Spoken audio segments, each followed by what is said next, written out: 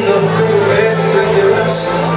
Εγώ κοιτούσα μόνο να σας κοντάξει. Δεν την αλλάξω. Θέλεις κάποιον να μπορεί να σε πονάει και στις δύσκολες στιγμές να σε πουλάει.